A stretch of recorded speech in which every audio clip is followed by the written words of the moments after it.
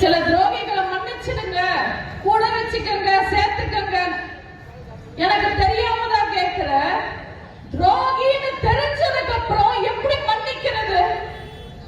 அவங்க செஞ்சது சாதாரணமான துரோகமா? எத்தனை துரோகம்!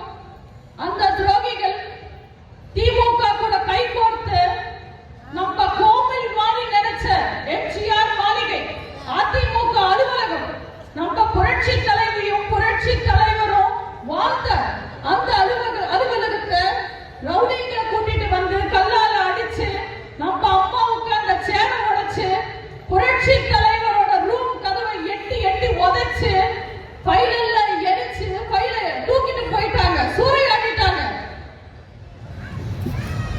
கட்சியை உடைக்க பார்த்தாங்க, ரெட்டேல சின்னத்தை முடக்க பார்த்தாங்க. கோர்ட்டா போய் கேஸா போட்டு திமுக கூட கை கோர்த்து அதிமுகவையே அழிக்க பார்த்தாங்க.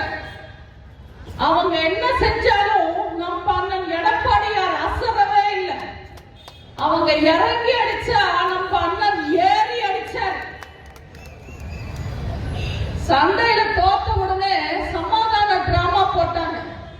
எங்களை மன்னிச்சிடுங்க, சேர்த்துக்கங்கன்னு அழுதாங்க, ஆர்ப்பாட்டம் பண்ணாங்க, கெஞ்சினாங்க, கூத்தடிச்சாங்க.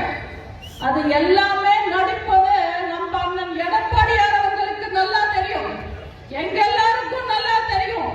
ஆனா ஒட்டுமொத்த தமிழ்நாட்டு மக்களுக்கும் தெரியணும் இல்ல? அதனாலதான் நம்ம அண்ணன் பொறுமையா காத்திருந்தார்.